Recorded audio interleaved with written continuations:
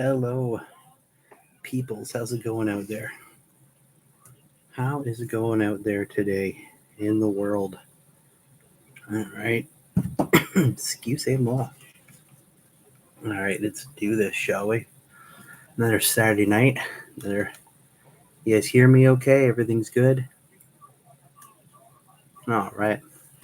So, yes, Saturday night. Another little live chat here. And as it says, got my Space Marine codex earlier this month. Right? I think I just came a couple days after. I actually came a day early. It was supposed to come on a Wednesday, but it came on a Tuesday. So that's always fun for me. But yeah, one of the cool things, because shipping being what it is, you got to hit the $80 mark here in Canada for your shipping, right? So I had to get something else. So I picked up this one here, The Infinite and the Divine. So speak, I guess, a sort of ongoing feud between Trays in the Infinite and Orca and the Diviner. Just started reading that. I think it looks to be pretty cool. I know I always love some fluff and seeing two sort of Necron heroes go at it over the aeons that they've been alive. Seems pretty cool. I don't know. I still love the fact that after all this time they still have that classic opening, that whole "There is no peace amongst the stars, from the grim darkness of the far future. There is only war," as they say in their videos, right? I don't know. I think it's gonna be cool. I've always had a little bit of a soft spot for everyone's favorite undead of the far future, right? It's I don't know. I like when they gave them a bit more of a update, some extra fluff to them, other than just being, look, it's a bunch of metal skeletons that are undead and follow some star god. But yeah, that's fun. I'll have fun reading that. I always love a fluff. You know, I'm a fluff junkie. But the big part, the big thing, of course, the Space Marine Codex. This, I actually really like this. I like it better than the last one, even.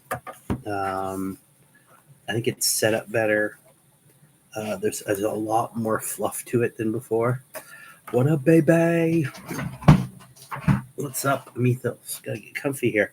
How's it going, my friend? Welcome to the party. I say, I know I got my Marine Codex.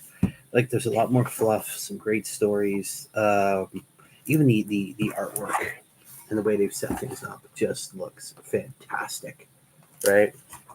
I love some of the new artwork. It's amazing. And then, of course, you get the whole fluff of how they create a Space Marine. And there's actually a lot of classic art in here, too, which I like. They kind of explain better the battlefield worlds than they did in the last one. Brotherhoods of War. Yeah, it goes through the whole chapter organization from the first company, the battle companies, which I think most of us play. That's usually what we play with the battle companies when you play Space Marines. The Reserve companies, the Scout company. There's even things about the Space Marine war suits. They go into, again, lots of fluff in this one. I absolutely love it. A big thing on the Space Marine dreadnoughts, which I love. Right, nice big picture there. A dreadnought being prepared to receive a wounded Marine. Chapter support. So you can go things like the armory, of course, all the new all the tanks, right? Oh, it's beautiful. And then the Ecclesiarchy, the Apothecarian, the Librarius, all that cool stuff. Oh, this is just such an awesome book. You even talk about the fleet, again, lots of fantastic artwork. There's a little bit on each chapter now. I was kind of hoping there'd be more. On each chapter, there's a little bit. They basically have a page per like of the major chapters, right? Just picked up the Minka Les, the Last White Shield. That's cool. I should read those. I like what they've been doing with the Guard. But I was saying, yeah, there's usually about a page per, of the major chapters, right? So you get one for the Ultramarines, a little blurb on Rebute Gilliman, the Blood Angels, Dark Angels. Each one kind of gives you a little bit of what they are. a little bit of history, and then a little bit of where they are right now, sort of to try and get you. There's, again, the timeline stuff's all gone, as it has been for the last couple of codexes. But I mean, the Dark Angels do talk about the Lion a bit. Of course, the Ultramarines talk about Guilliman returning. The Space Wolves are there. Lots of cool stuff there. The White Scars, Raven Guard, Salamanders, Imperial Fist, Black Templars, Iron Hands, and the Death Watch are all there. A little blurb on each one of them, how they sort of operate, how they function. Codex iconography, obviously, very cool. It's still there. Looks pretty damn cool. Of course, all the company stuff. The successor chapters are still there. Lots of cool stuff. Again, a little blurb on each one of them. But where this really gets cool, I mean, the showcase is awesome. What I loved, they snuck little things in. They're right here. I know it's hard to see, but right there, I know it's hard to see, Melissa. That's Titus from the games. They actually threw the Titus model in there. I know it's a bit harder to get because it's in that box set. I can't even find them in Canada. None of the stores carry it. None of the Canadian shops carry it. But yeah, they snuck little things in there. And it still holds out a little hope for me. In the Ultramarine section of this, they actually talk about Cassius and the Trident War veterans still existing. Cassius is still there. They just don't have a model for him anymore. He's been, the hopefully at some point maybe we'll see them return. I mean, what a time to go missing. Like, hey, by the way, the thing that you hate most has come back in an even worse, horrible way. So, hey, whatevs. Let's just get rid of you. Lots of cool stuff in there. Just trying to go through this. There's just so much to cover. I could take 3 hours and not cover this book fully. All right, again, the showcase of all the models, all the new stuff. The Combat Patrol. I don't know. I see Combat Patrol is so far has been one that I definitely want to get all the models I have for my Combat Patrol painted up. But it just, I mean, I've been there. I've been in this hobby since the inception of the original Combat Patrol game. And that was originally called like 40K in 40 minutes. It was supposed to be a way to play a really quick game of 40K. And there was a whole bunch of restrictions that they put on there, for lack of a better term. I think that's even the term they use. Like you couldn't have certain things, right? You couldn't have like you wouldn't have like an HQ choice at all, right? It was a small little combat patrol, right? The captains and the chaplains, librarians, they're too important for the small little patrol going around. And then you on multi-mood models, at the menu on total armor. Back in the day, especially 3rd edition when it came out, you had armor values that were different. Nowadays your tanks all have wounds and toughness, right? I look at like a dreadnought's got toughness and wounds. It didn't have that before. It's Hellchild. How's it going, man? ... What's wrong? What's wrong, Hellchild? Let us know, man. So you'd have armor value facings all the way around, and you had to add up 3 sides, and it couldn't be over certain armor value, right? So that way you couldn't be taking, you couldn't be in this 400 point game taking a land raider or just crushing everything, right? And it's obviously evolved. I don't know. I mean, it's cool now. I like this Combat Patrol. The Strike Force Octavius, you've got the Librarian, the Captain, the 5 Inferno Squad Marines, the 5 Terminators. Very cool, but it is kind of, I find it limiting in a way. It should be, right? I guess that way everybody has something that they can play quickly, but it stays within the realm of, not going overboard, right? Balance, which has become, I'm going to say, the search for balance, this, I honestly want to call it an obsession. Obsession with balance. I get there's the competitive side is far more prominent now than it's ever been, but the obsession with balance is a bit crazy. I get, if it's really out there, if one army can just smoke every other army they're trying, that's not good. And I experienced that in 2nd issue too, right? But I don't know. That's just my gripe with combat patrol. It's again, I haven't really tried it yet. I'll try it out eventually.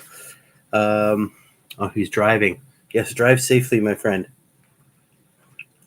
And don't let the dulcet voice and sound of my voice put you to sleep while driving, sir.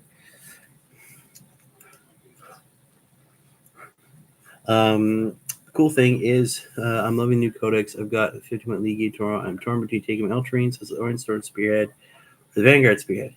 I don't know, man. I know that's one of the things I've been working towards. I don't know, man. Iron you got lots of vehicles. Go for Iron Storm. Vanguard's pretty good too. Far more sneakier, means you get shot less, from what I've read. The Iron Storm, that's big if you're good for vehicles, right? I don't know. What are you rocking? That's what I need to know. What are you rocking? Because the Iron Storm's great because, like it says here, once per phase, each Adeptus Astartes in your army can reroll one hit roll, one wound roll, or one damage roll made for a model that I mean, that's if you're rocking lots of tactical squads or what have you, you're rocking assault intercessors or something. One guy getting reroll is okay, but if it's something like a take, right, that becomes a bit more because they only have so many shots, right? I don't know, man. And the Vanguard Spearhead is pretty cool because it does, if I can remember correctly, I've been reading through them here, yeah. Each time ranged attack target on its Adeptus Astartes you for your army lasts the attacking miles than 12 inches, subtract 1 from the hit roll. And wow, and the benefit is, that's pretty cool. I like that one.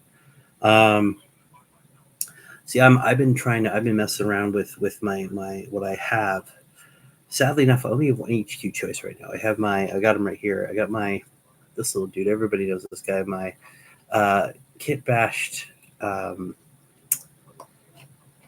lieutenant, right? He's unfortunately he's the only sort of brand new HQ that I've built up. All my old HQs were from the firstborn stuff, and that just doesn't exist anymore in this book except for tactical squads. Is it the Vanguard Veterans Tactical Squads and Devastator Squads? Everything else is gone. So I mean, I'm in the process of getting HQs paid up now. But along with that, I've been trying to see what I can actually build. That's what I was going to get into next. Is these detachments are freaking awesome. And yes, each one is sort of inspired by a chapter, but anybody can use them, right? So you get the Goliath Task Force, you get a picture of the Ultramarines, you got the Anvil, you got the Anvil Siege Force, you got the Imperial Fists, of course, right? The Iron Storm Spearhead has the Iron Hands, right? The Vanguard Spearhead has the Raven Guard, right? So, but the cool thing is, if you while this obviously each one is inspired by particular of the original legions as chapters now, there is something like that. This is something that any Space Marine can use, right? Because every Space Marine, for the most part, has, whether it's a company or reserve companies or great companies or however you want to put it, has something that can fit that. I mean, I have yeah, not review, but yeah, I think it's more designed for vehicles, obviously, because they have less guns to shoot with than a full unit. But yeah, no, it is good. For instance, as I was saying, I have a Predator tank. I've got a number of dreadnoughts. I have a ballistic dreadnought that's ready to get painted. Um, I also have two Vindicators that are in my pretty much defunct Black Templars list now. Both my HQ choices are the old style. I just don't really feel like rebasing 20 Crusaders. I'm actually just taking those Vindicators and repainting them for my Ultramarines right there. And then with the purchase of a Tech Marine, because I'll have to get a Tech Marine because the new Tech Marines are awesome. I can build myself a nice little Iron Spearhead of lots of tanks, lots of dreadnoughts, lots of stuff that'll benefit from this. There's lots of stuff in here for walkers. And where did it go? So I'm looking right here. Yeah, Ancient Fury is great, right? Until start your next command phase, improve your model's move, toughness, save, leadership, and objective control characteristics by 1 For each time your model makes attack, add one, and each time your model makes attack, add one to the hit rolls. That's awesome, right? Awesome for those dreadnoughts. Lots of cool stuff. At the same time, I was messing around with the 1,000-point list. I've got in that list, I've got assault intercessors, a tactical squad, a devastator squad, aggressors, a furnace squad. I have a dreadnought. I have a rhino and a razorback and scouts, because why not? And I mean, the Goliath Task Force, I have units to get every one of that. It would benefit all my units. At the same time, I've been looking at the Firestorm Assault Force, because strangely enough, now with all the stuff I picked up over the last couple of years, the assault intercessors, aggressors, the Inferno Squad, all very much close quarter stuff, and the Firestorm Assault Force would be great for that. It'd be awesome walking up to somebody within 12 inches. Bring 2 Dreads, a Hellblaster Squad, a Red Squad, and Desolator Squad. I think all of them would benefit from those. They would definitely, especially the Eradicator Squad. Yeah, they would definitely. At the same time, the Eradicator Squad, the Hellblaster, the Desolator Squad are long range, so having they would also, the entire army would benefit from the Shadow Masters rule, right? They get, as long as the enemy's not within 12 inches, they're -1 to hit, and you have the benefit of cover. So, I mean, it doesn't really help the with 3+ armor saves, but at the same time, that -1 to hit is great, meaning less fire is coming at your Marines, right? Yeah, so I'm looking at the Firestorm Assault Force right now, simply because having add +1 to strength within 12 inches, like everything I have needs to be within that close range anyway. So having everything else and jump to strength 5 or strength 4, or say at strength 5. I mean, with the heavy, let me just look it through here. Yeah, we're looking at like my self-interest squads. Yeah, strength 4 bolters, the Inferno Squad. I find these guys. I'm still getting used to where everything is. They've moved things around again. They seem to move them every. I missed the days when it was much more straightforward. Let's see here. Devastator. Where did you go, Inferno Squad? I know you're here somewhere.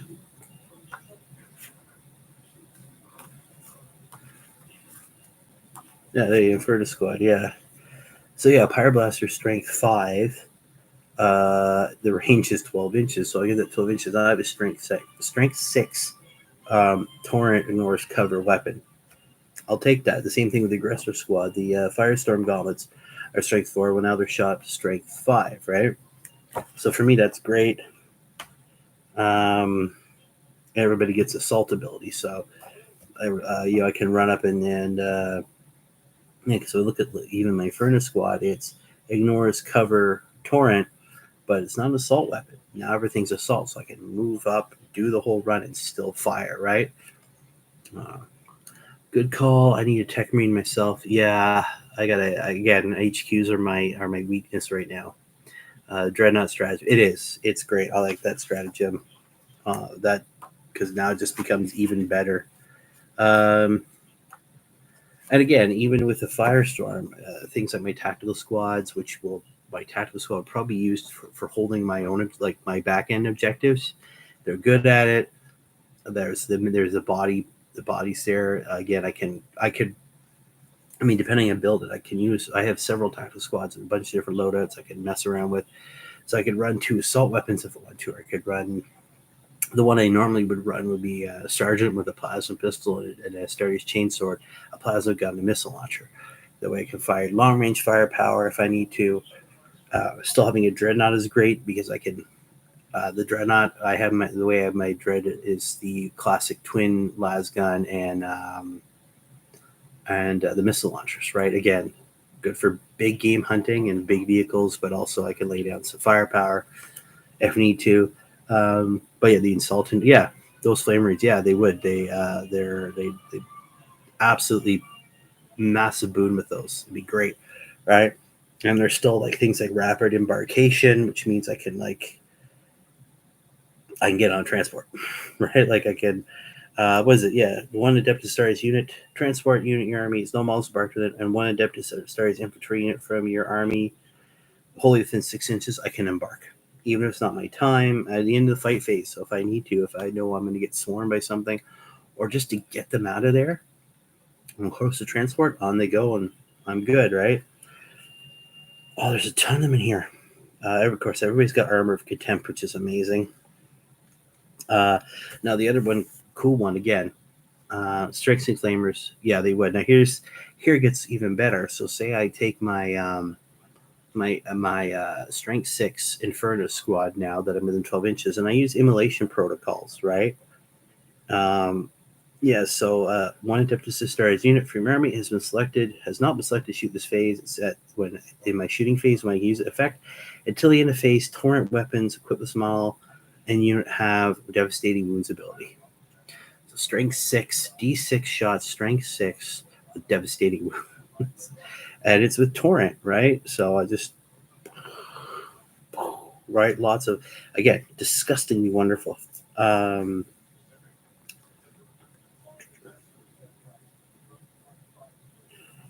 this one's cool. Onslaught of Fire, it's cool too. This one's, again, this I like the Firestorm Assault one just because it feels like the way Marines are supposed to play. Right? So you have Onslaught of Fire.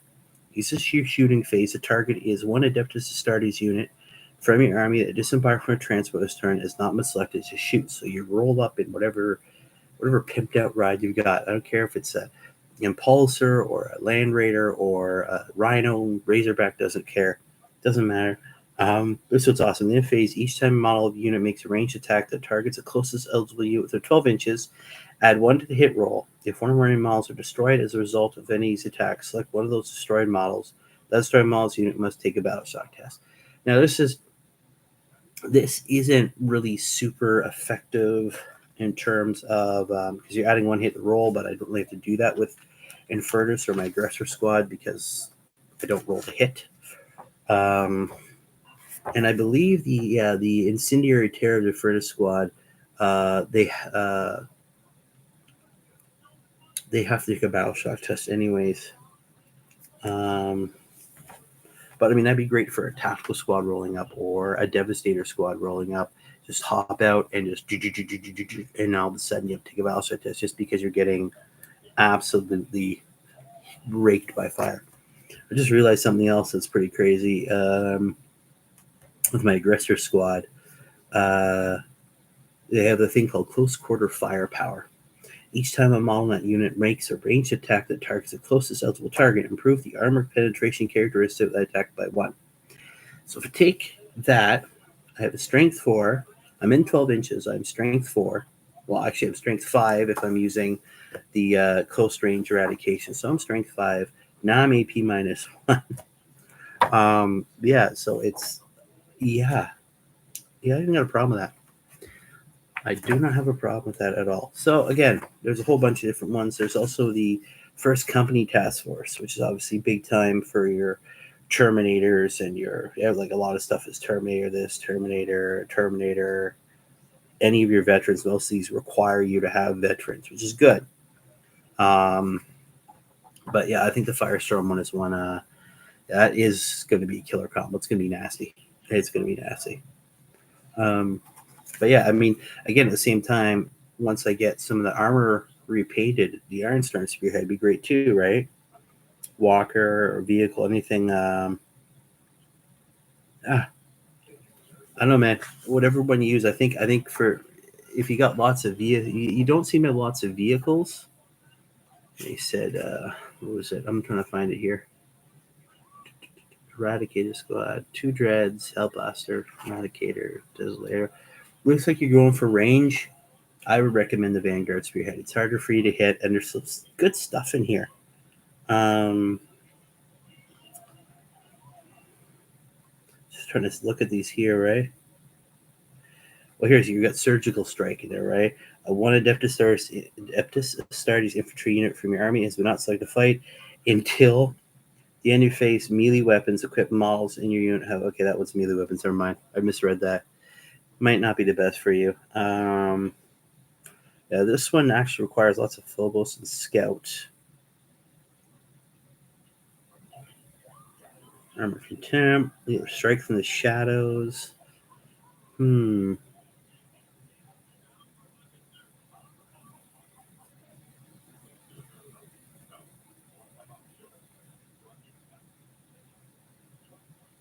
there's some cool stuff in here. I don't know.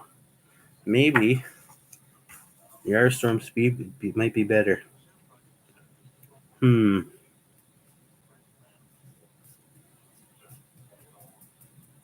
Vehicle. I'm just looking at some of these stratagems here. Although it's cool, they do have the Flesh is Weak enhancement. It gives you a feel no pain of a 4+ feel no pain. Okay, this is cool. They do have Master of Machine War. Adeptus is starting model only. While friendly Adeptus is starting vehicle units within 6 inch of the bear, the vehicle is eligible to shoot, even fall back. So if you do have any other things, if you have, you said 2 dreads. I don't know if you've got. I'm just putting those points together in my head. I don't think that's 1,500 points, right? And what else you got here? One for the Tech Marine. Again, it's up to you. Have fun with it. I hope you are successful in your wars. Now, the other thing I did say there in that 1,000-point army I've been messing around with, I do have scouts. Now I'm using the old school scouts. I was looking at the new scouts. Obviously, they have new scouts coming out at some point. I guess they're waiting until that new kill team set comes out with scouts versus the striking scorpions. But honestly, they have. I want to build wolves to. Yeah, man, go for it. I mean, that's what I can do now. I still have enough models to do that. I think I can pretty much do every task force. I have to get Terminators painted up and my Stern Guard veterans, the new ones, to start taking advantage of that. The veteran one, although, I mean, you can play this any way you want. I could build the same 1,000 points and still use any which one I wanted to, just taking advantage of different ways to play the game, right? But yeah, the scouts, I'm still going to use the old scouts. I actually looked at them. Obviously, Games Workshop got rid of the old scout lists because they basically combined the scouts and sniper scouts in one thing, right? That's why those became legends. And obviously, they got rid of the old plastic scouts because they wanted the new ones to follow the newest set that they've designed. With those old the new Black Templar neophytes, right? They were bigger, slightly bigger. Obviously, a new design to them in terms of the plastic build, and they look like they fit with the new aesthetic, right? That being said, they've just basically turned it into a min-max tactical squad at this point, and they're still on 25mm basis. So I'm using my old scouts. I'll probably get the new scouts at some point when they're out on their own. But I mean, it's not a bad. They're not a bad unit. They're basically just slightly less well armed and armored Space Marines as they've always been, right? But they've just sort of shoved everything into one unit. So no more taking sniper scouts on their own. You can have a sniper in here. You can have one heavy weapon. You can have a combination of starting shotguns and combat knives. They come with bolters, bolt pistol, bolt gun, close combat weapon, right? So mine, the way I've set it right now, I mean, again, I have enough scouts that I can kind of move around. It's either, it's 1 scout sergeant, 4 to 9 scouts. So it's, right? I want the Vanguard to spearhead first. Lots of Phobos and Victor War suits. Yeah, that's pretty cool. Also, Terminators, the Terminator Captain, Intercessors, Tacticals, and Jump Back Intercessors. Man, you've been painting up a lot. Yeah. So it seems like a lot more infantry than you do vehicles. Yeah. Yeah, Lieutenant, that's a good idea with Hellblasters. That should be able to put out some hurt. But for my scouts, I've got a sergeant with the bolt pistol, Astartes chainsword. I've got one with a bolt pistol and combat knife. Got the sniper. I've got the missile launcher, and I have one with shotgun. Right, again, something I can kind of put everywhere. It's got a little bit of everything, which is what I like with my Ultramarines. Yeah, it's a cool unit. I'm glad I knew scouts weren't disappearing entirely, and I get why they got rid of them. Just less to put in the book because there's all this new stuff. And the new scouts look cool. But I don't know. Yeah, I got to get all my stuff done. Yeah, my lieutenant right now is going to be running. I mean, I have more to paint out. I've got so much more to paint out.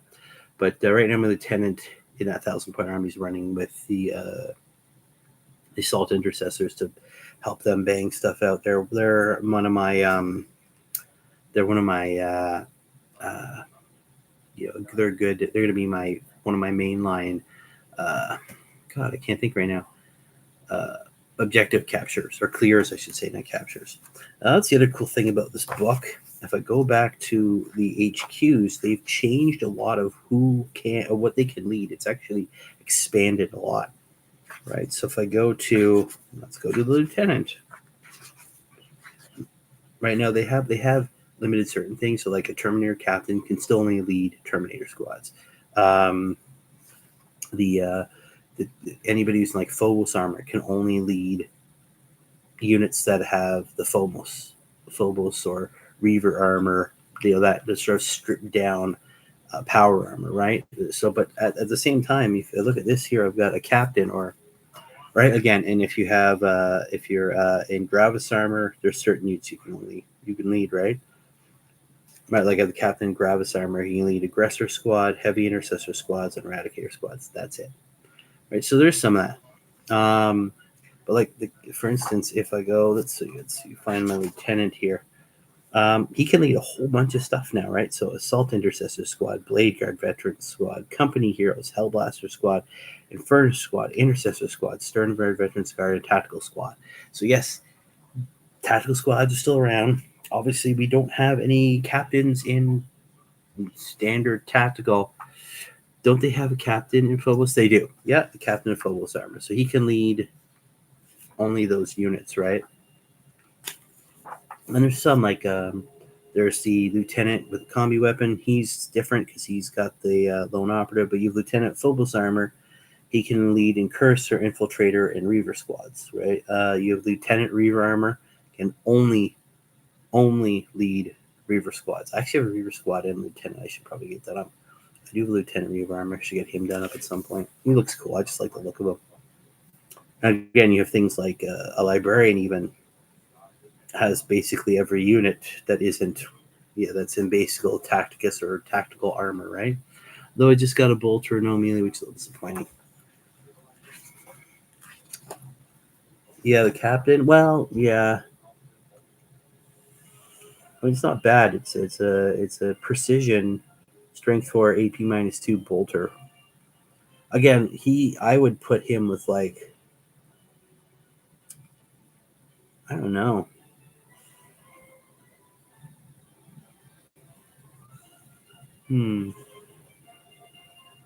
See, I think for him, he'd be sort of a backline leader. I'd put him with something like an Eliminator squad or what have you. It's really his abilities outmatch his stats, but that's just me. Can he? I have to look at it. Casero Khan, yeah. Blade Guard, yeah. I still to this day, I remember when he came out, and he wasn't on a bike. I just I'm thinking to myself like, why is he not on a bike? This is a character.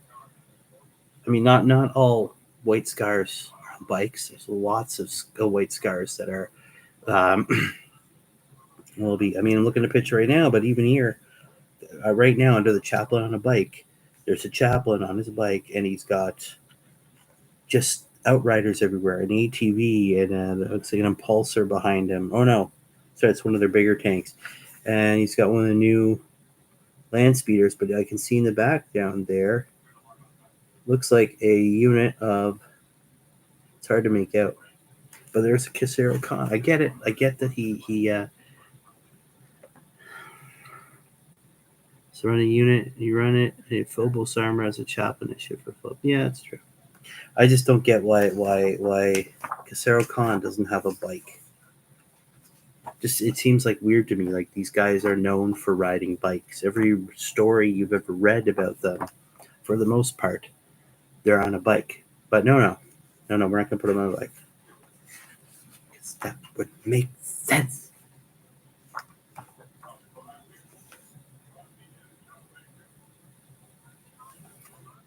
Yeah. No, so like when I first saw the changeover on the app that I have, my chaplain was gone. Hello. Welcome, guys. We're spieling about the most beautiful book of all time, the Space Marine Codex. Just going through, looking at some of the changes, some of the cool stuff. We're also helping Mythos out. He's got a 1,500 point game tomorrow, and he's trying to figure out which detachment he should use. Something just fell, but yeah, lots of cool stuff. Like I say, and I'm building up a little 1,000 point army of my own with what I have. I obviously looking at what I need to paint up. I have like one HQ choice right now, just because all my old stuff, all my HQs for the most part were old things that are now no longer in the book. But yeah, Lemire Squad would be good. Free roll stratagem. Yeah. I don't know. Well, like right now, I've got so much different things to paint up. I am actually also eyeing getting. I need to get a tech marine, and then I can use that. I can really get the effect of that Iron Storm spearhead. That's looking cool. Wow, that's awesome.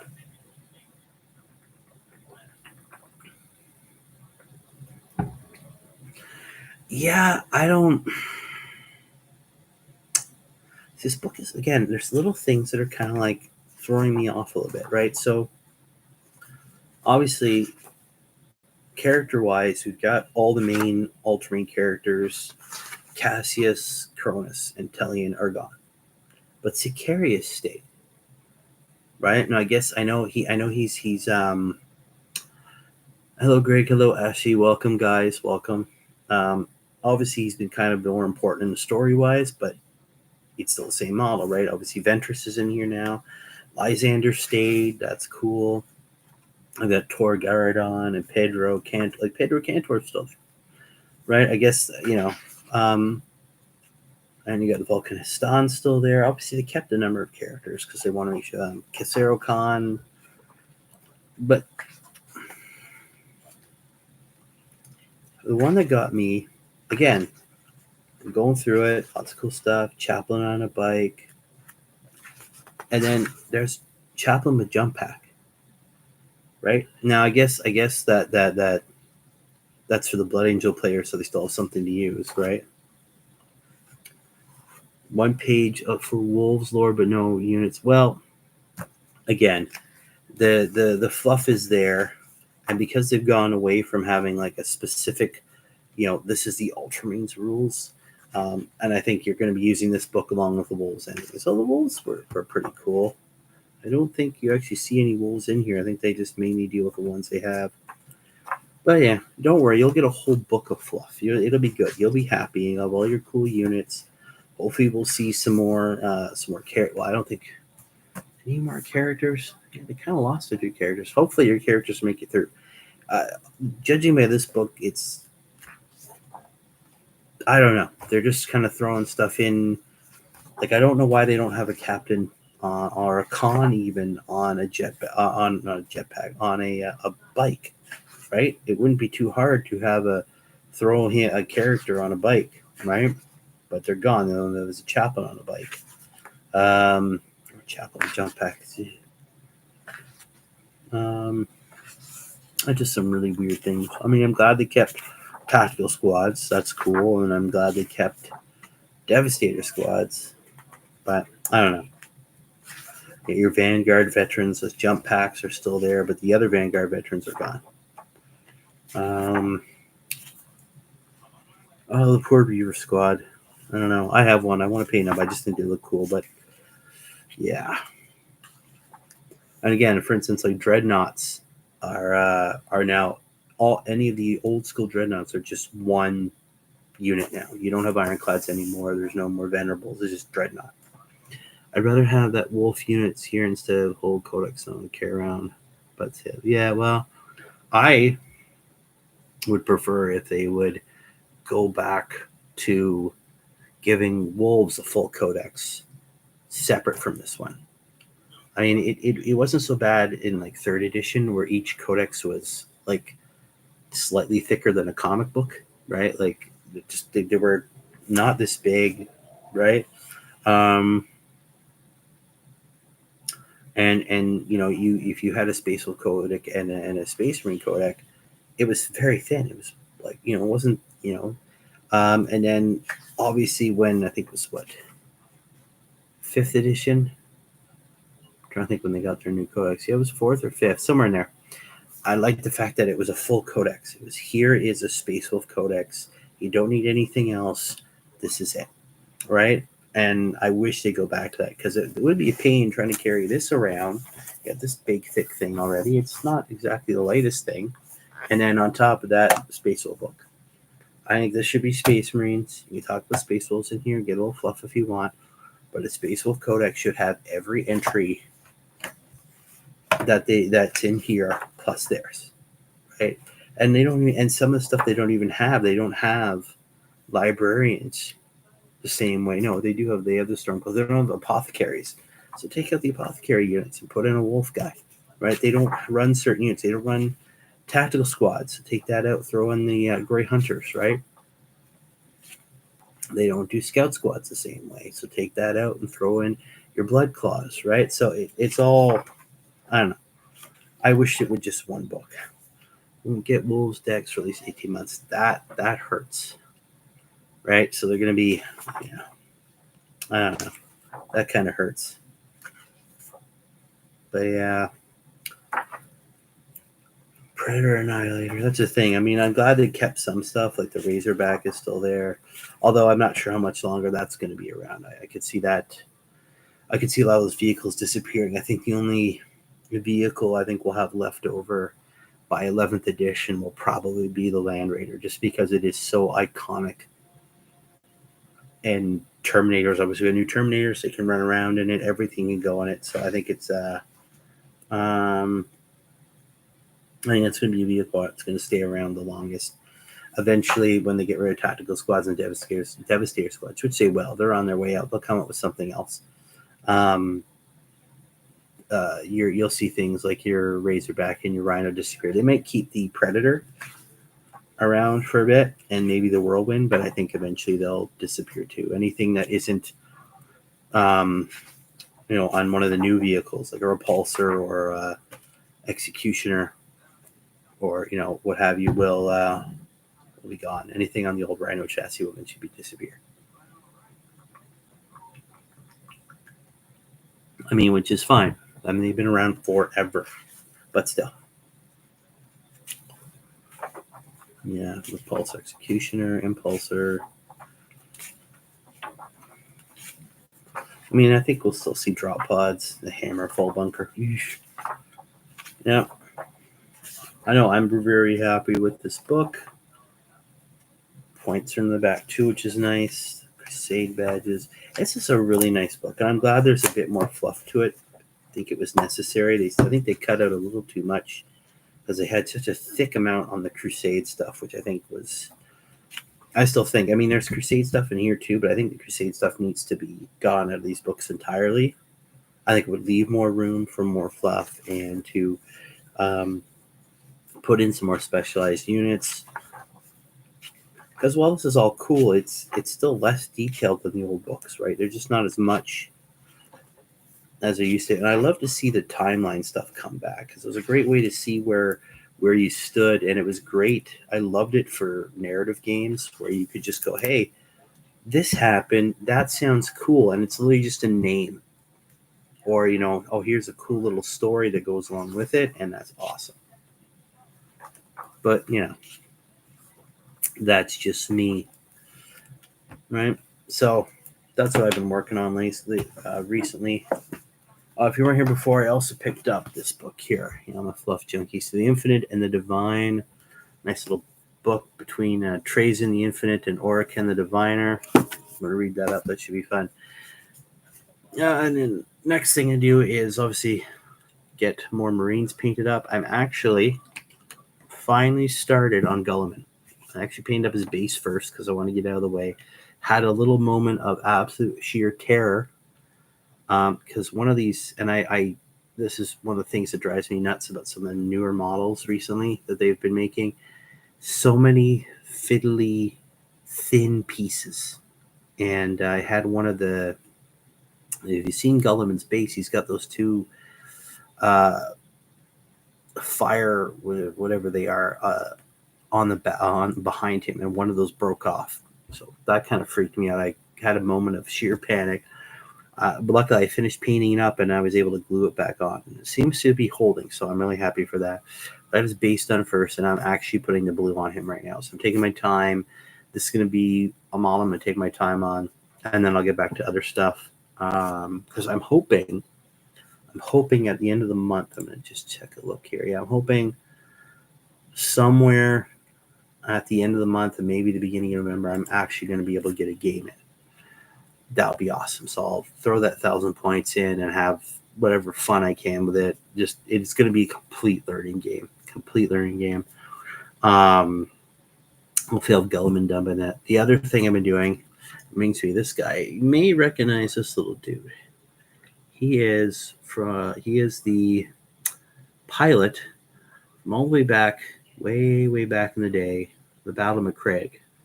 Now I'm using him in a Halloween video I'm going to put together as the perhaps survivor, perhaps hapless victim in a cool little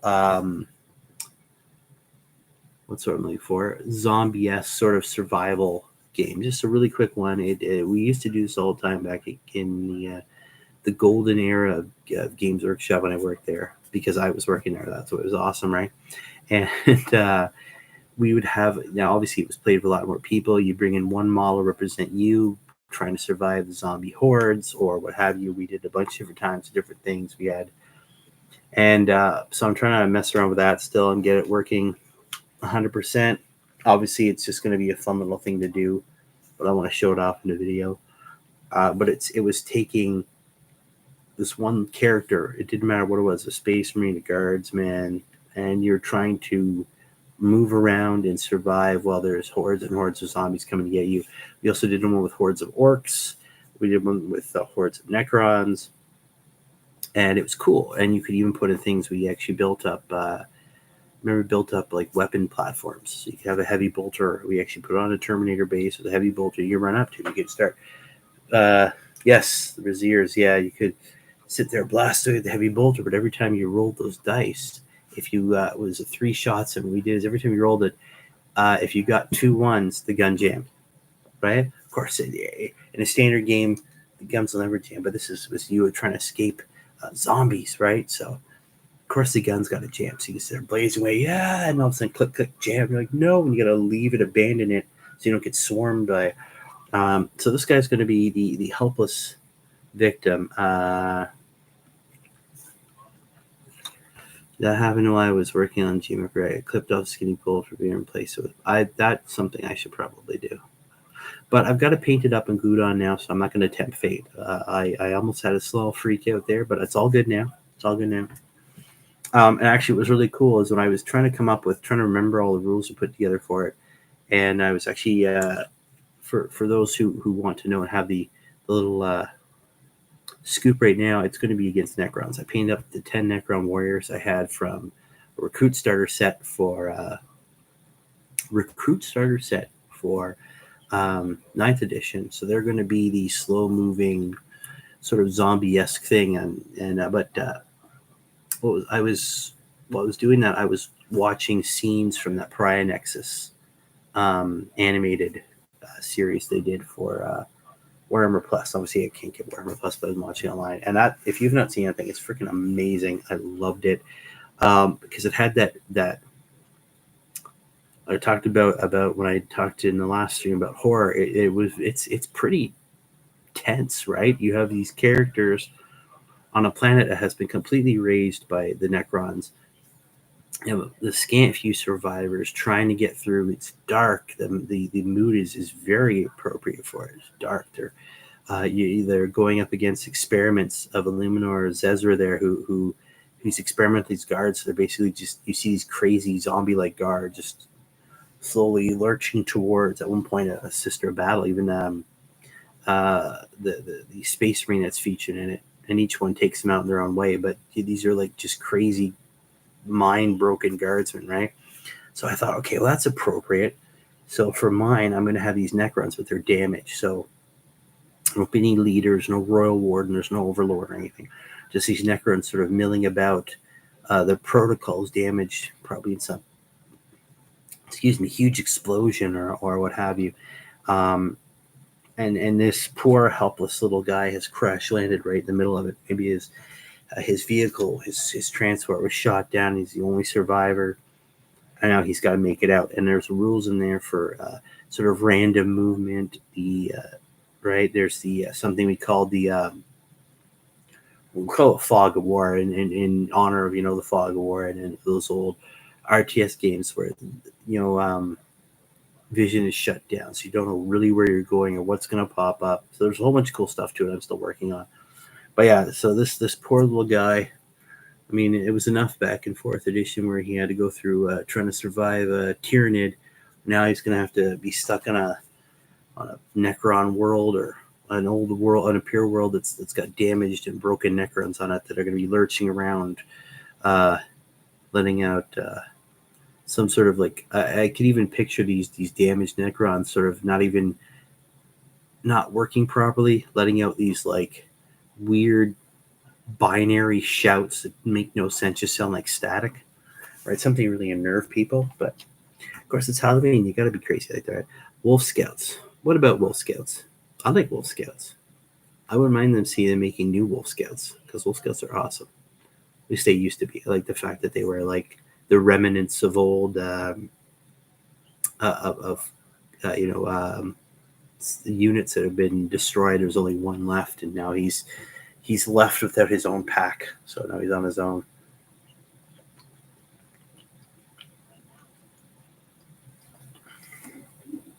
Nothing wrong with a good Wolf Scout. But yeah, so that's on my list to do. Plus, I have to get a bunch of other Marines done, and the HQ choices I need to get done because I need some more options under Lieutenant. I was moving my post video was running behind. That's okay. Okay, yeah. But yeah, I'm really happy with this magazine, with this book. Although I am a little upset because thanks to the UPS, it came slightly banged up. A little dent right there in one of the corners is a little bent up. Nothing too bad. But yeah, I like my books coming to me in pristine condition. Yeah, I can't wait. I'm hoping, fingers crossed, I'll be able to get a game in at the end of the month. That'll be fun to roll some dice and actually play a game for once. Because I haven't played one in forever. But yeah, oh no, the book looks good. I'm happy with it. I'm also loving that new Terminator chaplain because he looks beefy. He looks beefy. I like it. I think this book, yeah, and there's another White Scar one, and yeah, okay. Yeah, again, it's lots of vehicles, a chaplain. They do have a librarian on foot with some intercessors coming out of Impulsor, and there's Casaro Khan. I don't know, man. I don't know. It just makes you wonder what they're also going to do to other things, like, where is it? Just gonna look at here. I just, is Samael still around? Is he still on his jet bike? I don't even know. I'm gonna look at the index here.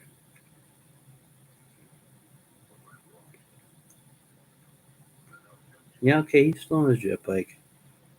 I just wonder if he's gonna stick around or if his time has come to an end. I don't know. that's the thing with all these different characters disappearing. Obviously I knew that some of the Ultramarines characters were disappearing, but I'm kind of hoping that we don't lose some of the other models. I hope that they're able to give us new ones, or at least keep them. Obviously Dante and what's his name, the Dark Angels Grandmaster, still around. They've crossed the Rubicon, so yeah, I'm hoping. Well, yeah, just it's weird that they got rid of him, but Sicarius stayed. I mean, I get it, he's a captain, but I wouldn't mind seeing new things for like Pedro Cantor, Volcanistan. I think they need to get upgraded as well. It's like Resident Evil Necro. Yeah, well, that's what we did back in the day. We do these events around Halloween, and you just have a whole ton of zombies. Didn't matter because most of the zombies were on square bases. It was back in the day of fantasy.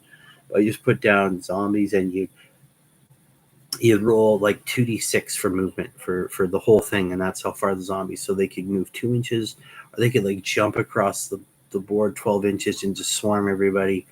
And that many attacks. That's what you do. You have one character. So if you had your poor little guy here, and like a bunch of zombies came up, he was going up against all those attacks, and we did things like they were just 2 attacks a piece, right? Pull some strings, get me work because we play all the time. I don't do I know anybody in that particular part of the government? I don't think I do. Well, you don't need the new Terminator Chaplain does look badass. He does, yeah. I'd love to have you guys up here. As much as I love having you guys on here, the only downside is that I am all the way up here and you are all the way down there. Or so that's the only downside. I love talking to you guys so much, but kind of wish we were a bit closer, or I had the ability to travel further. At this point, I think most of us won't be able to afford gas in the next coming months. But who knows?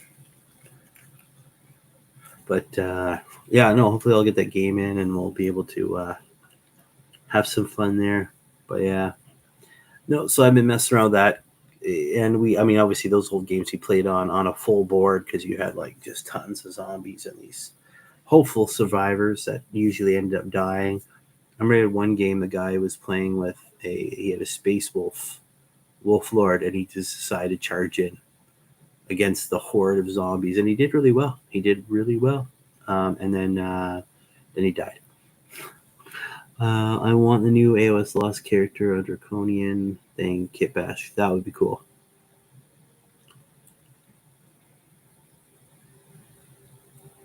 I'm gonna be so pissed because Sarah Khan gets primary size and has to lose his bike. Samuel gets primary size and gets a whole ass new bike.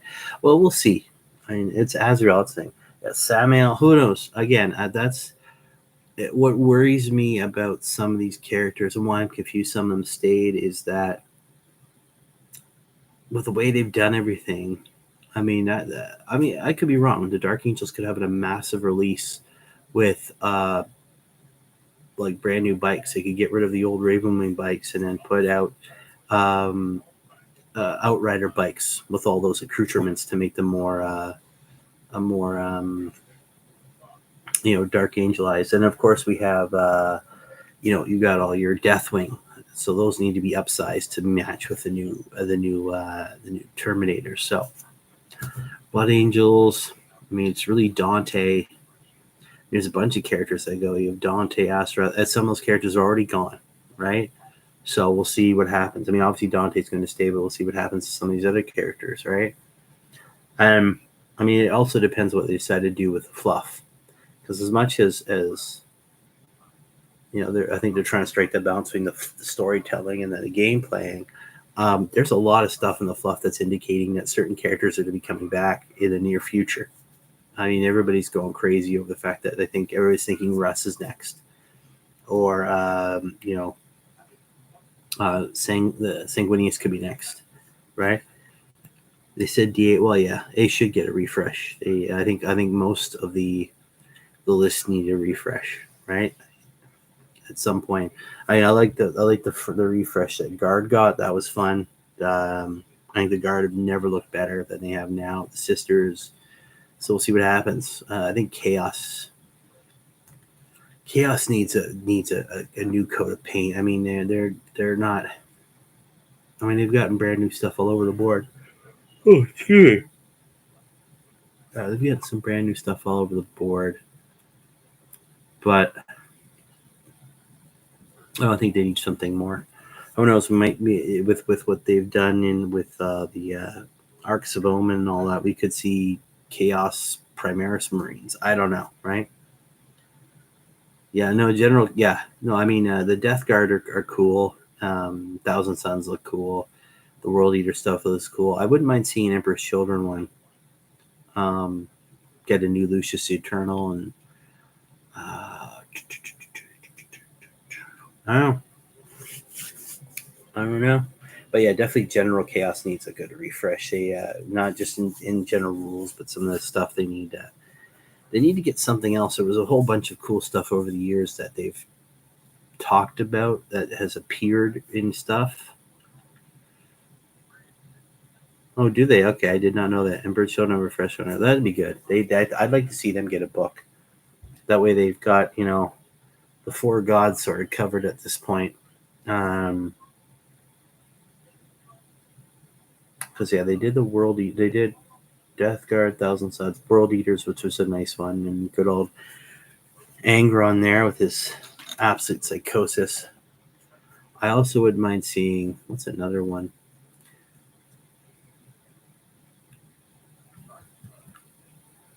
I mean, again, I always found it weird. They put out those books in 6th and 7th edition that just lasted such a short amount of time, but they had some really cool things. I wouldn't mind seeing the Militarum Tempestus get their own book. It was cool that they had their own book, their own fluff to it. It was focused squarely on them, their own armies. Obviously, you can do both with the Guard book, but it was just cool to see them get their own book. Then there was the Khorne Demonkin, which was just a really cool, just really out there book, though. Like, it's like, here's just all Khorne. It's not World Eaters. Not World Eaters, it's all Khorne. You can summon demons faster by killing. It was a cool book. They did a bunch of those. I like those. And they had, what was the other? Crimson Slaughter. That was cool. Demon 40k primary farmer coming also, and he isn't 30k ascended. Isn't 30k ascended.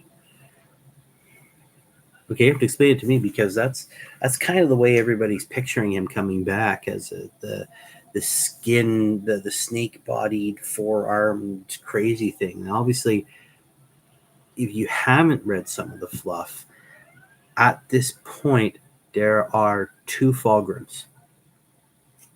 All right, there is Fulgrim who has okay, all right, okay, I see. Plasma. Okay, cool. Sorry, I missed. I thought you meant like he was like in a more mortal form, which doesn't make any sense. But right now there are 2 Fulgrims. Now, obviously, we haven't seen the original Fulgrim, I'll say, because he's sort of popped up. He's been sort of on the outskirts. There was that was it. What do you call it? There's those little stories where they talk about people having seen Fulgrim on the battlefield, but of course it was guardsmen, and their minds are gone. You can't trust them, and they shoot them. But there's also a story there where Fabi Spy was able to able to clone a perfect clone of Fulgrim, who knew what his original form had done, but he was good. Now he's been traded off to Transient the Infinite. I guess Transient wanted to get him out of there as well, because so he wouldn't be corrupted by chaos again. So I think it'd be awesome if we got to see Fulgrim face Fulgrim, right? That would just that I think to me that would be awesome. Just a Fulgrim versus Fulgrim battle. It'd be crazy to see, whenever they meet, the Lion and Gulliman meeting up, and all of a sudden, hey, look, it's Fulgrim. Oh, hey, that's the guy that stabbed me across the neck. Oh, but it's not him. And oh, look, there's the actual Fulgrim, and he's a giant snake guy. So, yeah, I don't know. I think it's going to be cool. I thought that was a wonderful twist to the story. It's like, oh, by the way, here's Fulgrim. but he's not nuts and he's not evil, and he feels bad for what his original form did. So I liked it. I thought it was cool. I hope we see them. There's also been stories with what's his name, Corax.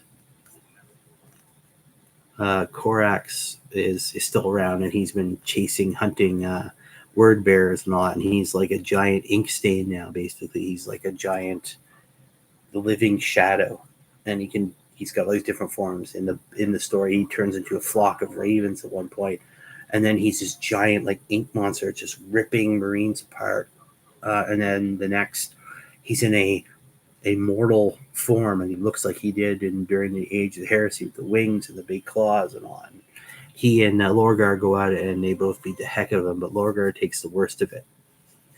So the new Call book with Fabius is sick. I like the fact that they've got Call. I don't know. Call's cool, but I just think they're missing something. I get that he's going with Fabius, the two sort of. Fabius is like the gene master, but Call is the one who brought out all the Primaris stuff. So it's like, right? I mean, I think that Fabius would love to get his hands on all of Call's information, and he could build the ultimate Chaos Space Marines, right? I don't know. I think that'd be cool. Although I am hoping that with all that new stuff we saw for the the Adeptus Mechanicus and the Necron stuff, that hopefully we'll see some sort of box set in there. I think there's not been enough big battles between the Necrons and the Adeptus Mechanicus, because obviously if you've read back enough in their history, they are tied together before there was ever Adeptus Mechanicus.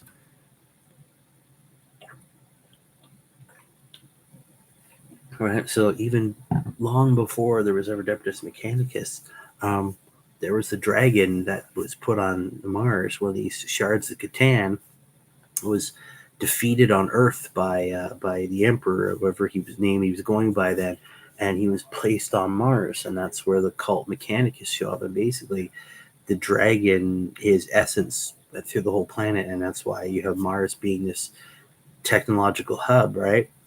So I'd love to see more battles in the Necrons and the Adeptus Mechanicus. I know there's been a few, but I'd love to see like a major one, something big, not so much. I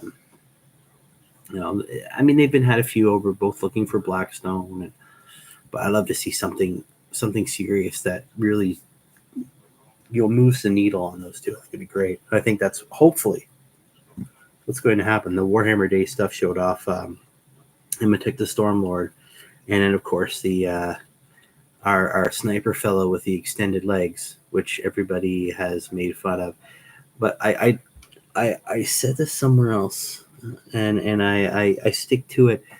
The way that character, that I don't know if he's a character or that unit is designed, that new Adeptus Mechanicus unit, he's got the big sniper rifle there, and he's got those big extended legs, which it absolutely 100% makes perfect sense to me that's why they built him. If you look at everything the Adeptus Mechanicus does, it doesn't make sense, but it's absolutely logical. 100%, right? You've got, and of course, it's also based off of you can kind of see them sort of basing this off of the works of Leonardo da Vinci. Right, like if you look at their transports, those flying transports, those things like wings, like you've got basically leather wings on these things. Obviously, it's made of some stronger stuff than that, but you've got wings on like actual, like there's like fibrous tissue between the wings. That everybody else has got these massive jet engines and what have you, and VTOL and all that. This thing is just, we got wings, right? I like the character. Think how they have a thing when they build a sniper, somebody's going to take the high ground. You can totally imagine. Yeah. No. And if you look at every single unit, I just build the high ground into him. See, and that's why Anakin would lose to him every time. He is the high ground. He's Obi-Wan Kenobi for the Adeptus Mechanicus. He is the high ground. But This guy, yeah, exactly. That's the logic, right? You need to be high vantage point. Okay, here, your legs now give you the high vantage point all the time. And it's, you know, I know people made fun of it. They're like, oh, it's Inspector Gadget, right? Go Gadget legs. Well, yeah, it makes sense. Everything Adeptus Mechanicus stuff, it's completely insane, but 100% logical, right down to from their normal Skitarii to all their vehicles. I mean, you've got guard rolling around in tanks. You've got space marines around in hover tanks now. You've got rhinos and chimeras all over the place. You've got the space marines have hover tanks now, right? All of them, right? And then you know, the Adeptus Mechanicus runs in on like a hover vehicle, right? But not one that's got you know, they've got, it's the Adeptus Mechanicus, you know, like they've got like a pontoon boat instead of it. I don't know. Again, it's the way they decided to. Again, you look at, and again the tied in. I got a whole 100 different ideas going. Going back to what I said about the ties between the Adeptus Mechanicus and Necrons. They both have crab-like walking vehicles, right? I'd love to see something come up. I mean, there was a fluff a long time ago about the Necrons flying a giant ship to Mars. And of course, the fleets there damaged the ship horribly. The Imperial Fist, the Titan engines, when it crashed on Mars, they were there. They destroyed it. The Necrons didn't stand a chance. But the whole thing is that they woke something up in the center of the planet. And then you go to the Necron Codex from 3rd edition, and it's probably one of my favorite stories. You have Abaddon himself standing inside of this room. He's got his chosen Terminators outside guarding the door, and he's in front of this giant portal. And sadly, if you're a Spacewolf fan, it's not very good, but he's holding a blood claw in one hand in the talons of Horus, and he takes Draken and just slams it into him, pulls it through, chucks the body away, and then jabs Draken into like a keyhole, basically basically a blood sacrifice. And a demon comes out, and there's a little bit of sparring. The demon thinks, you know, I'm a demon, you're just Abaddon. What do you do? Until Abaddon grabs him and basically tortures him a little bit with the talons of Horus. And he's like, show me what's on Mars. And the scene instantaneously switches to outside this guarded door. There's these giant Terminators right there. And they hear this weird grating sound. And it's enough that startles them that one of them actually reflexively pops out his lightning claws. And they're like, what the hell is that? And they realize it's Abaddon laughing, right? Because he knows what's on Mars. The Imperial man has no idea, but Abaddon does, right? But again, it's one of those stories that never really went anywhere. It was a nice, scary, sort of spooky Necron story to show that there are these scary, crazy, undead things of space. But I don't know. I liked it. Admech looks funny, but yeah, they absolutely, the Admech. Which one was it called? Now it's going to bother me. I can't remember the name. I gotta look at these names, these crazy Admech names. I can't remember them. Let's look at the store. Do.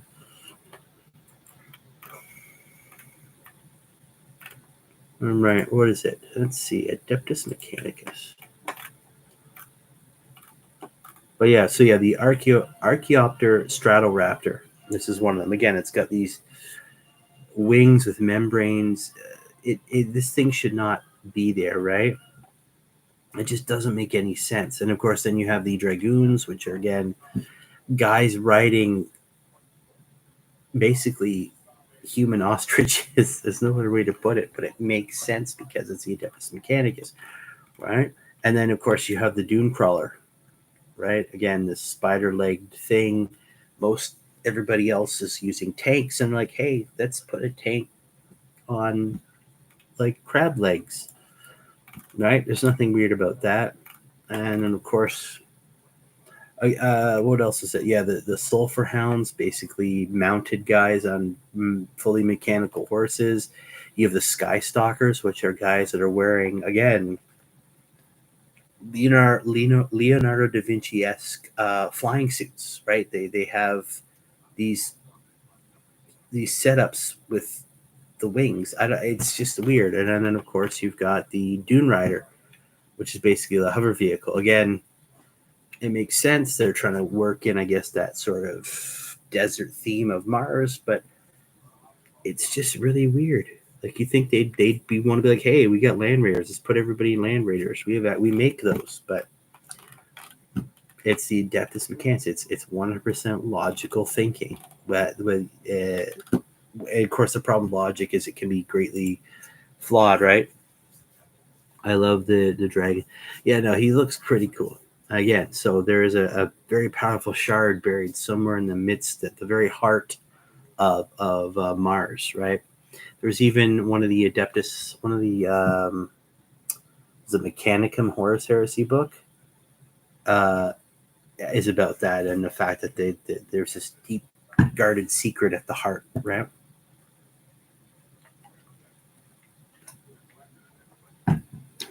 Yeah. Well, that's the thing. I'd love to see a big battle between Necrons and Adam. Like, I love the call to go up against like Imhotep the Stormlord. That'd be cool. Obviously, you got to be careful. It's one of the things that I think one of the reasons why they haven't had, even though on one of the cover of the books you had looked like Abaddon and Gulliman were squaring up, and even their models are mirrors of each other, right? That it's going to be hard. You don't want big characters squaring up like that aren't is well, you know what, it isn't the horror series. You can have big characters square up and all that. We know how it ends, but if you still have a developing narrative, it's really hard to make characters square up without having one of them end up looking really, really weak, right? I mean, they've done a number of times with Abaddon where he squared up against someone like Calgar, right? He thrashed Calgar, which obviously he did. It's Abaddon and then Calgar.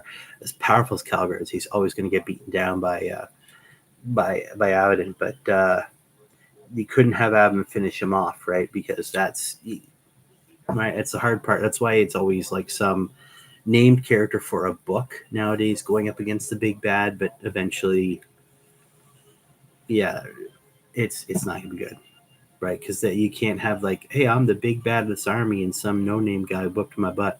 I'm not cool anymore, right? I don't know. Was it the character? There's even a scene in that Nexus animated series where Illuminor, what's his name? I am not good at this today. I'm sorry, guys. I am forgetting names all over there. Cesra, whatever it is, ends up talking with the Space Marine through the now at this point decapitated head of a Deathmark Necron.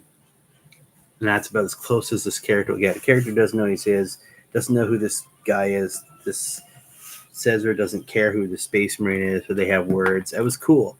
But again, that if that Space Marine actually went up to try and fight him, he'd be toast in 20 seconds, right? Again, that's why I don't think we'll ever see Abaddon square off against Gulliman, right? Or any other big. I mean, that's why if you look at what they did with the Lion versus Angron, the Lion beat Angron, which is okay because Angron's one of those characters that if you kill him, he will come back. That's the whole point of him. He's unkillable at this point. He comes back super quick. So having the Lion beat him isn't it's not the same. It's gods fighting gods. Gods can't really kill gods. So there's a whole. Well, that's the the essence of it, right? So. G, my man, how's it going? It must be early there. Hope you had a good night's sleep and you're all rested for another busy. They call me the God Killer. No, that's not. Hello, Mr. Fish. How are you? Happy freaking Saturday. Wow. Welcome to the chat. We've just been chatting about lots of stuff, but mainly the Space Marine Codex.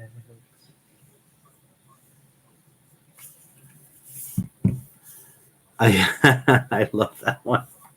That's the best video. Yeah, the I'm still standing one there. It's dumb that Abaddon is a Chaos Marine. It's on par to be a mirror for Gollum. Well, again, the thing with Abaddon is he's not just a space marine, right? He's not just a normal chaos space marine. The guy's over 10,000 years old, and again, he's won the patronage of all the chaos gods. He's done stuff. He spent 10,000 years getting to this point, right? He's a superpower because he's courted all the Primarchs and all the demon Primarchs that would see him, and he's done stuff for them to gain power. So he's about as he's definitely Primarch level now, right? And that's the thing. If he's Primarch level, how exactly powerful was Horus when he fought the Emperor, right? So, all Space Marines have daddy issues, probably. I'm really excited for the Marine Codex because the likely closest comparison with orcs will be like spring. Dude, I'm not gonna try and prove you wrong. I'm pretty sure all Space Marines have daddy issues. I honestly, the Horus Heresy was one giant daddy issue. That's not beat around the bush, okay? It's just full on. Come on, like it's like Horus, you're my favorite son. I'm giving you command of this giant crusade, but I have to go. But I'm not going to tell you why. And instead of him going, "Wow, Dad, thanks for being a giant crusade," he went, "Daddy doesn't want to tell me something. I'm so sad now." And Chaos going, "Excellent." Right? Well, the sisters about yeah. Well, yeah. I'm not going to argue with that either. They've got. Okay, let's just put this out there. The entirety of 40K is just like everybody trying to deal with their issues in really violent, horrible, toxic ways. Okay. Chaos are the real heroes, right? No. I think we all know that the real heroes of 40K. And I'm going to say this, and I don't want this repeating anybody else, but the real heroes of 40K, straight up, are the orcs. Okay, because they're the ones. They're there for the fight. They're there to have fun. That's what it's all about. 40K still being fun. Works. Anyway, you've got daddy issues too. For no, Mythos, you don't say that, man. Someone might try and pick you up. It being a closest comparison with orcs will be like. Do you think so? I don't know. I mean, I'm trying to think. Again, we've only had 2 codexes, so we need. I think it needs a couple more to try and really figure out what the full thing will be. And don't get me started on orcs. I have been window shopping the Gear Guts site there forever because I am really jonesing for some of those pirate bruisers because they look awesome. And who doesn't want a whole army of pirate orcs? I do. I want a whole army of pirate orcs. Orcs and ninjas. It's like family barbecue. Someone's getting crump and someone's eating. Yeah. Oh yeah, that's true. That's true.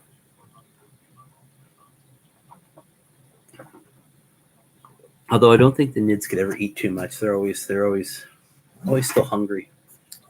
No, I don't know. It's a cool book. I'm still going through stuff. I like the way they've changed things. Again, Space Marines have a lot more options than everybody else put together, pretty much.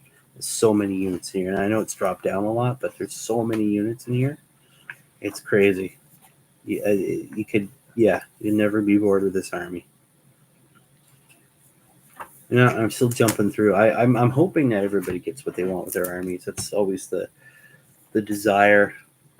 I don't know. I mean, I haven't read the Tyranid book yet, but I mean, it has everything there. And I get some people were a little unhappy that they got away from chapter specific stuff and these formations, but these formations sort of follow that anyways, right? We were talking about, detachments. We were talking about detachments in here, and while they are. Each one is definitely where'd they go? Each one is definitely based on a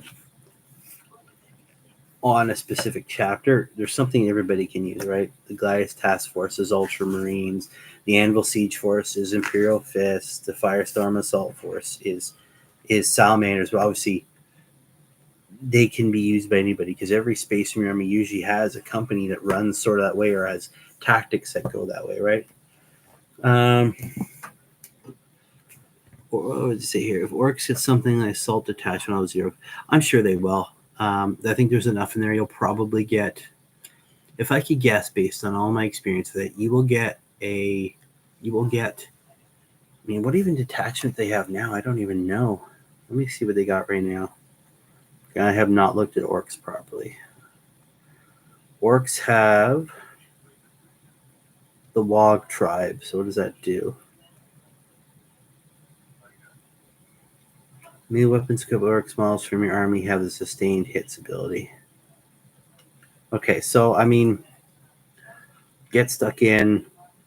You get extra hits. Okay, so I mean, I think we'll probably see one that'll be something around the Green Tide, right? Just tons and tons of orcs. You're going to see a mech one. You're going to see one with lots of their dreads and grot tanks and or the killicans, the def dreads. You're going to see something built around that with a big mech in charge of it. You're probably going to see one that'll be maybe Speed Freak-esque, so lots and lots of vehicles. You'll see one around all your Beast Boys there. Yeah, I could imagine that there'd be something like that, and obviously they'll probably keep that one there in 2. Don't know if they'll change it. So you was saying you're getting Orc? No, I'm not getting Orc Army. I'm resisting temptation to purchase a whole bunch of stuff from the Gear Get site, because they got a whole bunch of their they call bruisers, which are your orcs, and there's a whole ton of pirate inspired ones. So they all look like pirates. They've got hooks, like instead of a hand, they got a hook. They got all their trucks look like some sort of nautical vehicle. Even their def dreads look like crabs or other nautical monstrosities. So I'm like, yeah, who wouldn't like an orc army made of pirates? That's pretty cool. But yeah, I can see how the Space Marine Code is done. Codex compliance chapter can be done with a lot of freedom if they do. Oh, I'm pretty sure. Yeah, you'll probably see some Blood Angel detachments and all that. Oh, Stevie chapter. Yeah, I think you'll probably see some attachments in there that'll be favoring the Blood Angels, Dark Angels, and Wolves. You'll probably see something about some of us may or may not be affiliated. Definitely looking forward to my future boss. Yeah, it'll be good, man. No, I know. I've watched the podcast you guys did. It was a lot of fun. Yeah, no, I'm a big fan of the people there and the stuff they do, because it looks awesome. I mean, I got one of the weird bruisers from Mythos. It was probably the most fun models. It was super easy to put together, and it was just amazing to paint. I loved it. It was great. It's probably one of my favorite models now, just because it's so orky. Like in a way, they've outdone Games Workshop on making orcs, because they're just perfect, right? They're massive too, huge, which is they should be. Orcs should be just nasty and scary, right? But yeah, no, it's yeah, I know. I could see them like the Blood Angels getting a detachment, maybe geared around the Death Company, one geared around having a lot of the Assault Intercessor squads and what have you. Dark Angels will obviously have formations based around around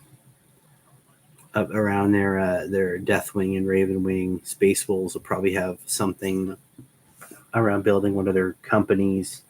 There'll probably something in there to do with the Wolfen and their Wolf Riders and stuff like that, right? The only complaint is it makes other looks small. Nothing. Isn't a small orc just a grot?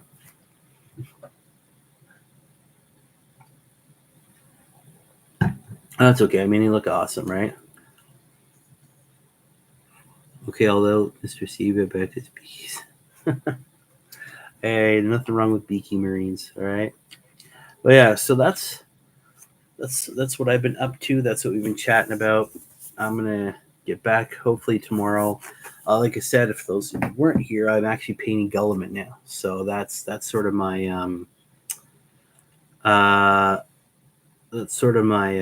my next thing. So it's gonna be a while. I already got the base done, so that's all good to go. Now I'm working on the blue, so there's gonna be a couple layers of blue on there, and then I'm gonna get lots of gold trim to go over. I think the gold's probably gonna be last, just because that's primarily the model, and then of course the big flaming Emperor's sword and the Hand of Dominion. It's gonna be taking my time on this guy because I want him to pop when he's on the field, right? Mythos, my feisty. Oh, Mythos is feisty. Watch out. Okay. He's feisty but short. He'll nibble on your knees really badly. But yeah, no, I hope everybody enjoys their codexes when they come out. I know I've seen lots of people jawboning on YouTube here about what they expect for the Necron and AdMech and what they think their attachments are going to be like. And I don't know. I think it's going to be crazy. Hopefully, fingers crossed, they'll be able to keep the codex creep down a bit, and we'll get sort of maintain balance. I know it's the meta is going to change like crazy. It changes all the time, but I think it should be, hopefully, fingers crossed, will be okay as long as they do their job right. Which, depending on who you talk to, is debatable. Oh, I gotta get that drop pod done too. I'm loving this book. Sorry, guys. I'm just gonna dive in here. Although what's cool is I do like the company heroes. I was sad to see the command squad go, but the company heroes is pretty cool. And yeah, that's a lot of fun. They look good. I like the new banner bearer there. Very cool. Very cool. Oh, I got my apothecary biologus. Is that what it said? Biologus done. Got so much to do. The other cool thing is the lieutenant with a combi weapon. In the I want more ridiculous stealth snipers. Yeah, we were talking about that. The people have been making fun of him. But before that, the lieutenant with the combi weapon, he used to be anti-Tyranid 4+. Now he's just anti-infantry 4+. And with his paired combat blades. And he sustained hit 1 with his combat blades too. But so the anti-Tyranid's gone. Now he's just anti-infantry, which I guess makes more sense in the long run because Tyranids run lots of infantry. But it's kind of cool for a while. But yeah, no, I brought my codex to work. Good man. Yeah, we were talking about that. How everything in the when it comes to Adeptus Mechanicus, all their stuff. It's so out there, right? They got guys on stilts. They got planes with membranes in between the struts, right? They got guys flying around with like Leonardo da Vinci inspired wings on their back. But but because it's Adeptus Mechanicus, it absolutely makes sense, right? For your sniper's like the high ground. Amito said it before. We're going to build the high ground into you, right? Yeah, the anti-infantry in general, it does make him better, but I just like the whole anti-Tyranid 4+. But yeah, the anti-infantry is great. He's pretty cool. He's the type of guy that could jump into a lightly armored unit and absolutely incinerate it, which is kind of what you want to do since he's lone. He's on his own. But yeah, let's see how many attacks that guy's got.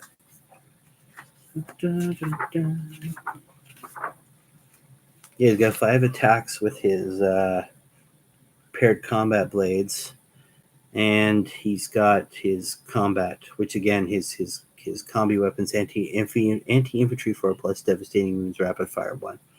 So he can jump in, fire a couple of shots in, and then just start going to town with his combat blades.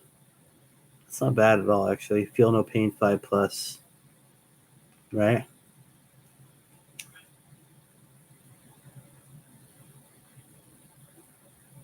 That's cool. You can make free moves. Cool.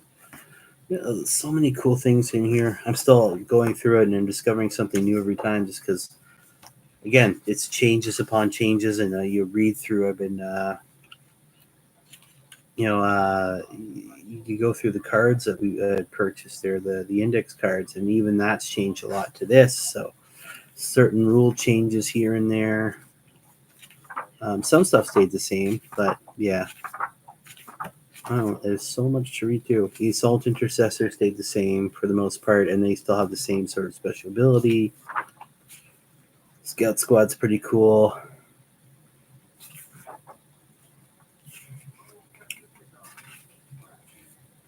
That's nasty.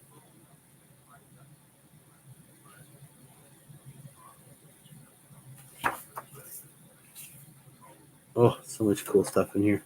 I got my Terminators. It's funny too. You look at the two things. You got a picture of a Terminator from the Assault Squad, and over here you got the new Terminator, and you can see the difference in size. And that's one of the things that's caught me off guard every time when you see these new big guys in the codex, especially the last one they first came out. You saw this Tatooine, which for the longest time you thought Marines were big.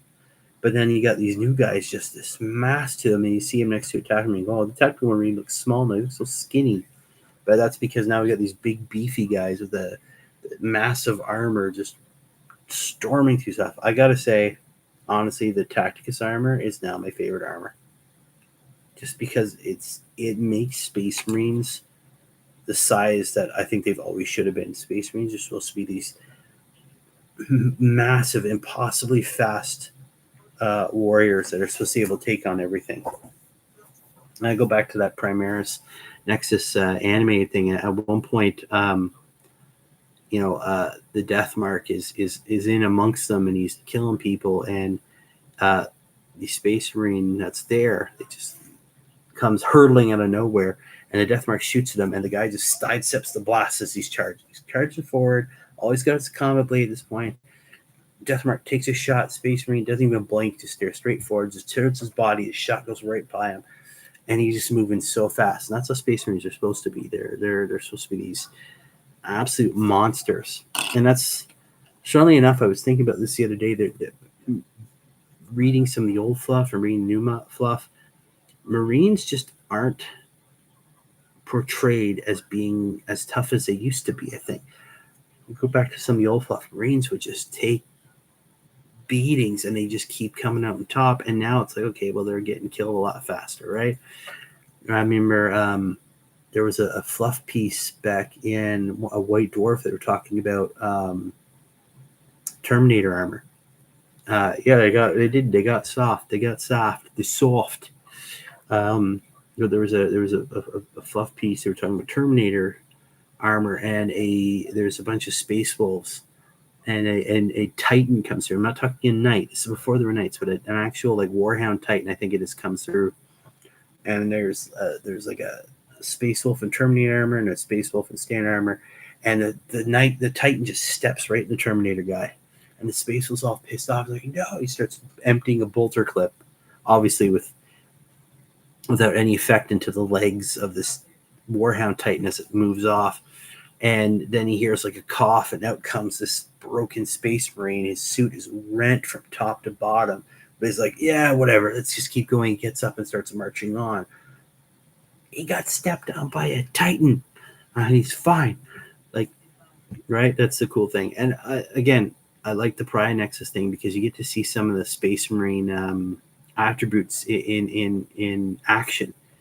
The Space Marine there, he's a salamander. At one point, his gunship gets shot down, and he's injured in the crash. And he gets up, and he's bleeding from the side, and he's basically speaking to his suit, saying, administer this, administer that.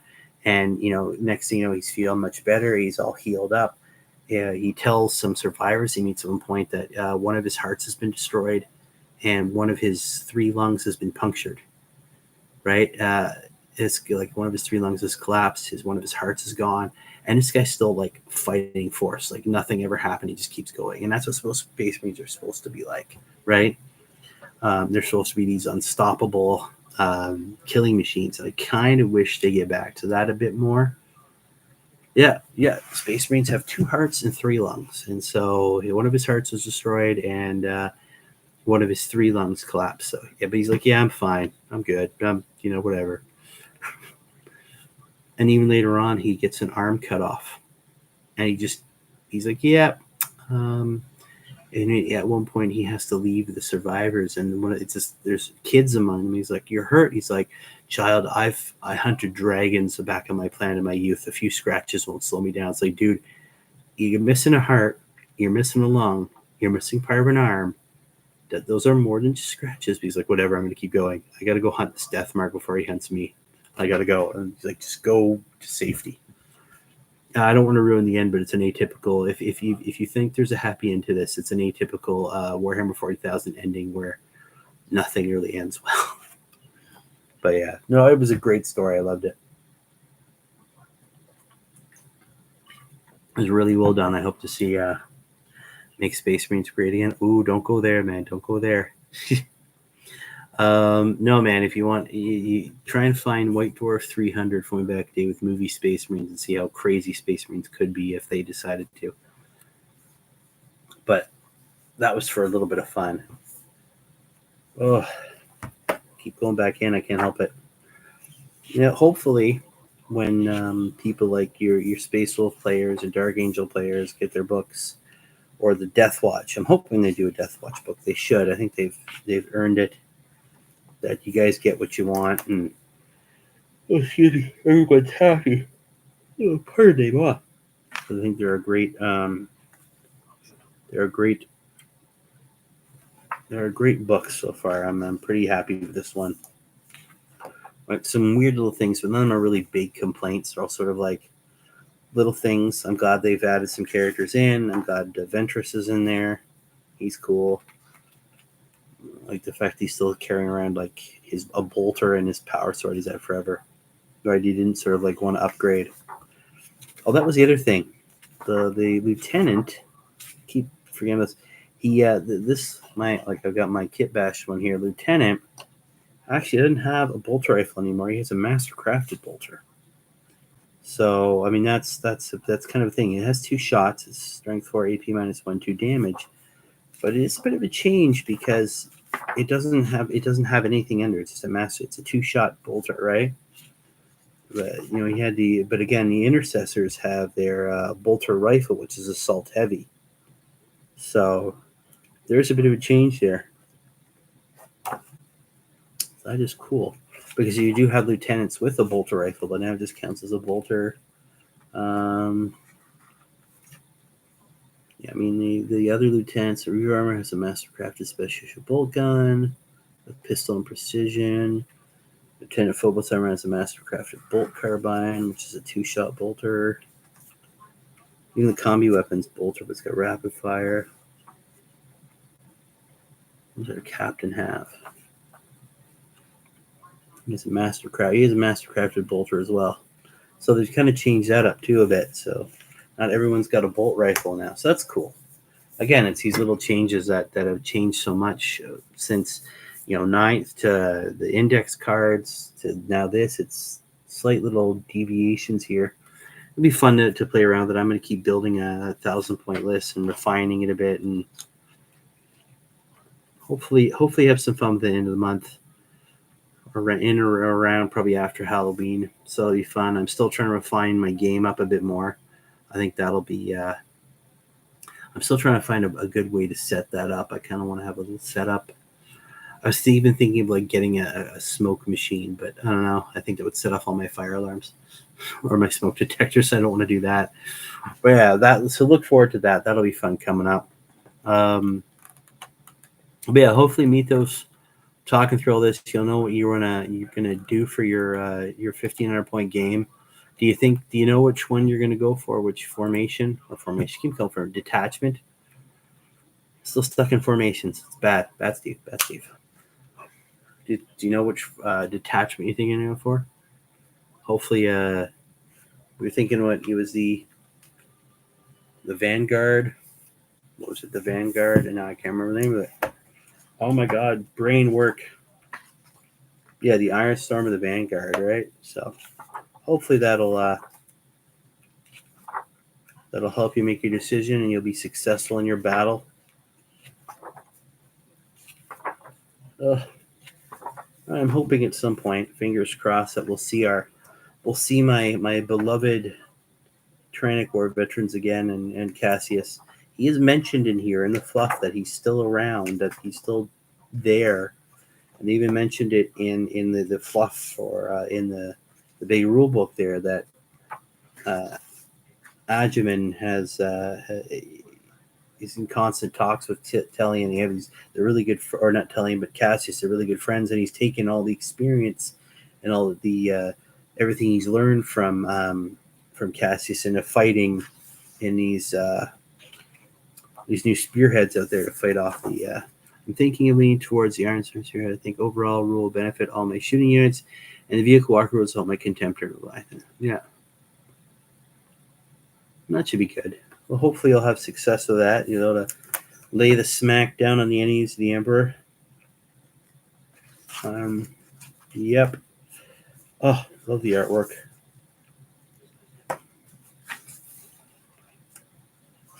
Yeah, like Sicarius made it, Cantor made it. Where'd he go?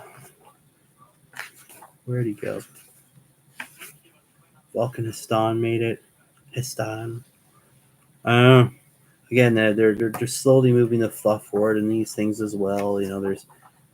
There's more people looking. There's more of the Vulcans people, salamanders, and more of their successors looking for him now than ever before. Lots of stuff slowly inching towards these other people coming back, and of course that brings up the concept of death in 40k.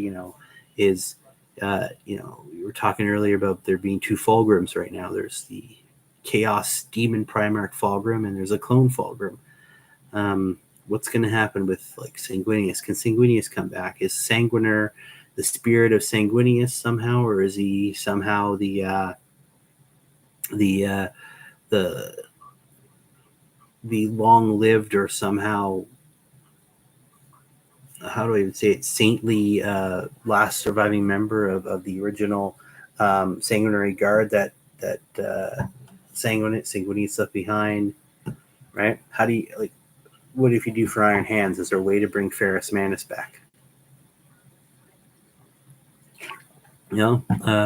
Is Conrad Cruz really dead? Is a Night Hunter, did he actually die, or was it his just way of like getting out of all the craziness that was, the Horus Heresy, and then just managed to disappear for a while, right? So there's lots of these characters. Oh, excuse me. Well, it's a question how permanent death is for well, obviously death is everywhere in 40k, but I'm talking about big characters, right? Again, there that brings in other questions. You think we'll see everyone's sort of getting, or has gotten, I want Ferrus Manus' head get plugged in some kind of super dread.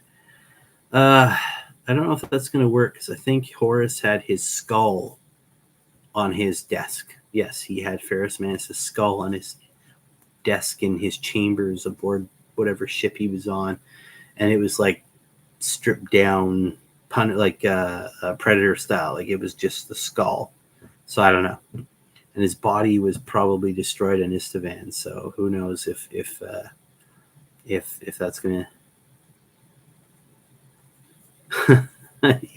His name is based. Yeah, I think we made that joke earlier. Yeah, he's basically Iron Man, Ferrus Manus. Yeah, he's Iron Man. Makes sense to me, right? Their names are all in some way, shape, or form a play on what they do, right? But yeah, so I don't know. I think.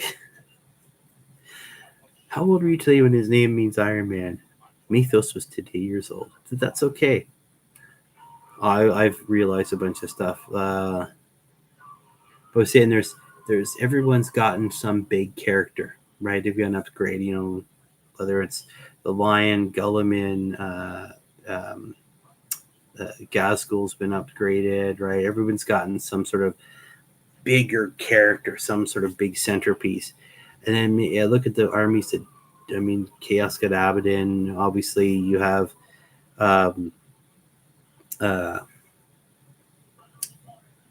Magnus now, and Mortarion, and Angron being these big centerpieces. The Necrons have a number of different things. You got the Dragon of the Silent King.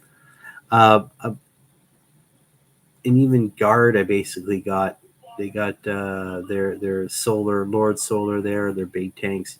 I'm starting to wonder about armies like the Drukari. They really don't. I'm hoping. I would love to see Vect come back somehow. He's supposed to be this like dark muse, very very powerful. Um, I'd love to see him come back.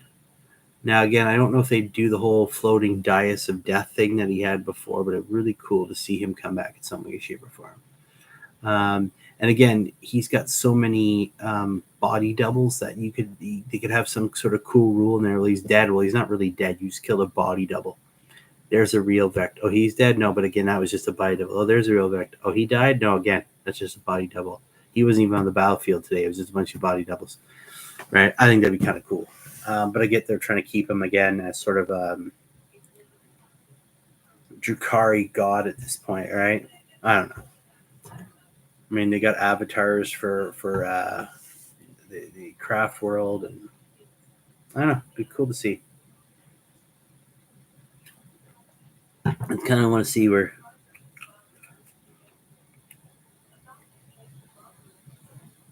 Primaris, Bran, Red Mine.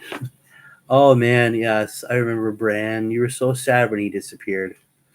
Likely Smash. Hello, Mini Warmut. Welcome. Likely Smash. Hey man, you got to do what you got to do. I hope you had a good day though. No, we're just blabbing about Marine Codex. I love it. All the cool stuff. We're helping Mr. Mythos here pick his detachment for his game on tomorrow. So I don't know. Just blabbing about other stuff. Seeing where 40K is going now that we've now entrenched in 10th edition and we've got our second codex and our hopes for whatever, we obviously got Mr. Fish there with his orcs and G there. He's got his orcs as well. Hopefully, I'm going to have to get lunch. Hey, man, thank you very much. And we'll see you in the next one. Thank you very much for dropping by, G. I much appreciated. Have a good lunch. We'll talk to you later.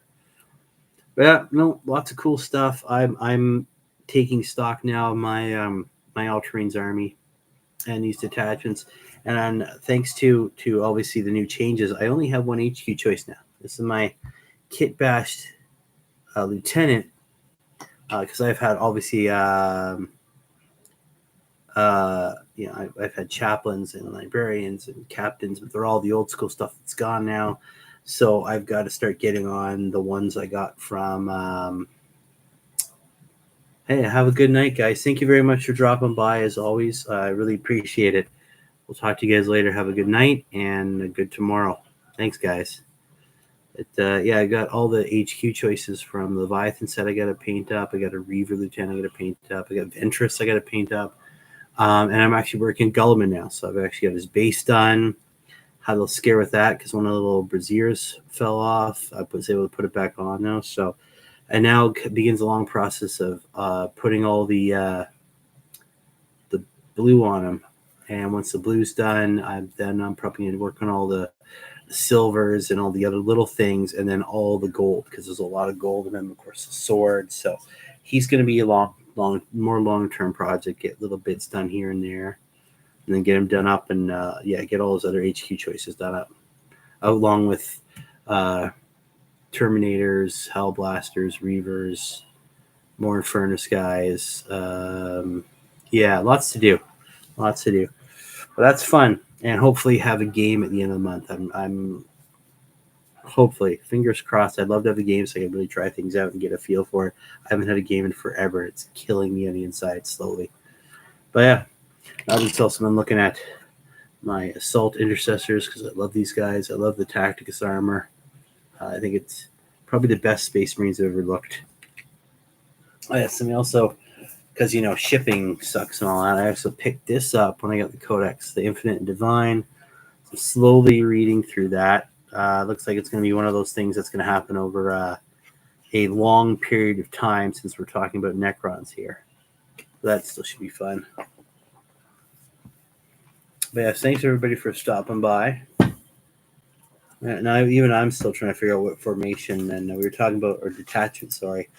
Talking about how the fact that it can pretty much fit any Space Marine army. While they are designed, or not designed, but inspired by a particular chapter, uh, anyone can really use them. I'm looking at building the Ironstorm Spearhead. I need to get myself a one of the new Tech Marines, but also painting up a couple Vindicators I have for my Black Templar army.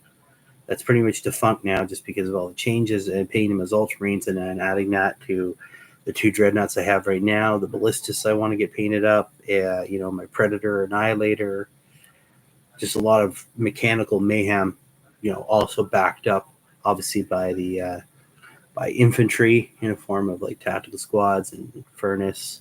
Again, because also the way things have come out, I've got assault intercessors, I've got aggressors and furnace marines. So the Firestorm Assault Force is pretty cool. Getting up there, and their close range eradication detachment rule. If you're within 12 inches, you get +1 strength to your weapon, and all your weapons count as assault. So then all of a sudden, I've got aggressors with Firestorm gauntlets that are assault, and Inferno squads with their pyroblasters that are strength 5 already. Now they become assault, now they're strength 6.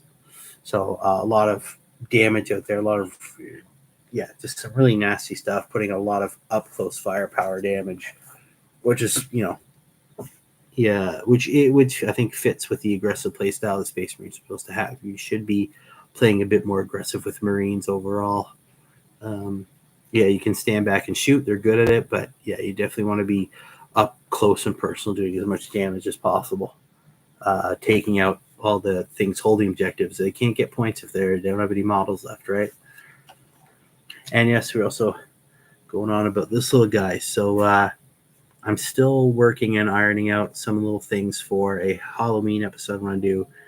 We're going to have this little gentleman here. He's a pilot from the good lord, the 4th edition starter set, the Battle for McCraig, right? He's a little pilot there, and he is going to be the unlucky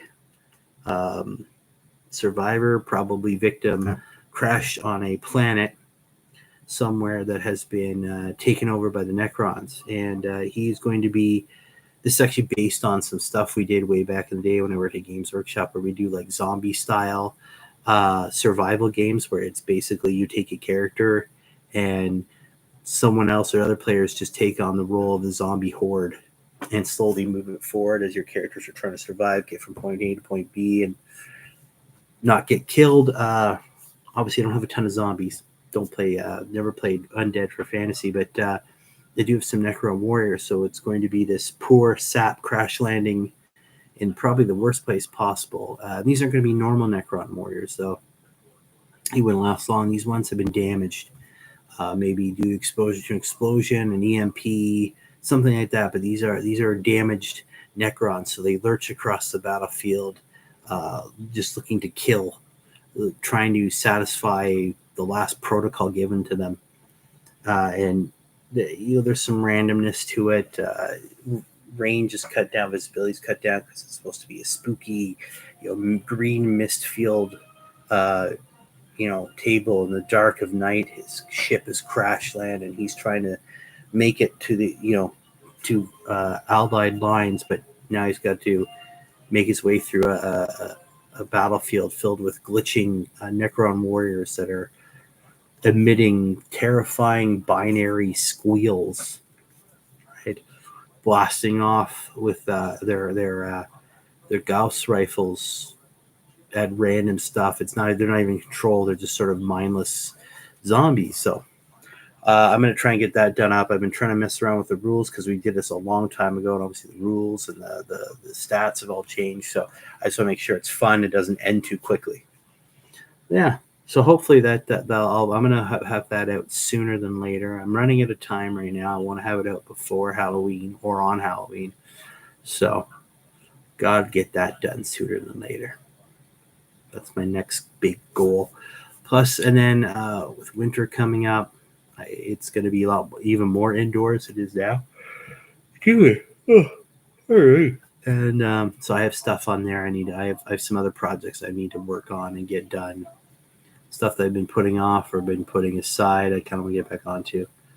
But definitely the main focus right now is getting Marines done up. Lots of Ultramarines because I need to get my army. I want to get my army more prepped. I mentioned it earlier that we're, like a lot of stuff disappeared. I only want HQ choice because my chaplains are gone, my captains are gone because they've been replaced. I want to I may do that. I might do that. See if he wants to. Yeah, he does love that stuff. That's actually excellent suggestion. Thank you. But I want to sort of future-proof my army, to use a tech term. So obviously we still have tactical Marines and Devastator Marines, and Rhinos and Razorbacks are still around. But I have a feeling when all this is done, by the time 11th edition comes out, or whatever edition they want to call it, I have a feeling we are going to see those guys disappear too. I think by the end, we will have all brand new stuff. Those roles will get taken over by something else. And or maybe they'll just go away because I don't see a lot of Space Marine armies using tactical squads much anymore anyways. But I could see them just being gone. And I kind of want to get a whole bunch of Marines filled in to replace that, right? That's why I need to paint up all these HQ units now because I only got one left, which is unfortunate. I will tag him. That could be cool. Yeah, sort of a. Even watching again, I go back to that Pariah Nexus series. There's several scenes in there where it is almost like a zombie movie when the Sister of Battle being surrounded by Krieg guardsmen who've been experimented on. So they're just sort of they're shuffling around. They're ranting incoherently behind their masks, and there's nothing to them. They just grab and pull and try and at her, and she's able to blast them away, and they go down. Right, she's blasting with her bolter. They go down, but there's this whole. And at one point, even the Death Mark, as he's hunting stuff, gets attacked by a bunch, and he actually gets pulled down and damaged. He's able to reboot and repair himself for the most part, but there's Cadians, there's the Krieg in there, and they're just muttering and grabbing, and they're like zombies. So it was pretty fun. And so obviously being Halloween, I want to do the similar thing. So we'll get that done soon. Hopefully you guys will enjoy that. That being said, though, it is past midnight here, so I am going to say good night to everybody. I need to get some sleep. Got lots to do tomorrow. And thank you, everybody, for joining me. It means a lot. I hope you guys are having fun with these. I'm having a ton of fun with them. And we will see you guys next weekend. Hopefully I'm trying to get other videos done, just not working at the moment. Just trying to get things done. But yeah, I will see you guys next Saturday, and hopefully we'll have some more fun, more of a chat. I'm not sure what we'll talk about next time. If you guys want to send some suggestions, please, I'd love that. Definitely going to I'm still messing around with what's it called? I have the Streamlabs desktop I've been messing around with and getting another camera. So if I can get things figured out on that, I may actually try to do a run through of that game with you guys next Saturday, so you can maybe get your suggestions, see what needs to be tweaked, what works, what doesn't. Sort of the game development side of being a gamer, right? But thank you guys very much, and I will see you guys later. Much appreciated, guys. We'll talk to you later. Bye.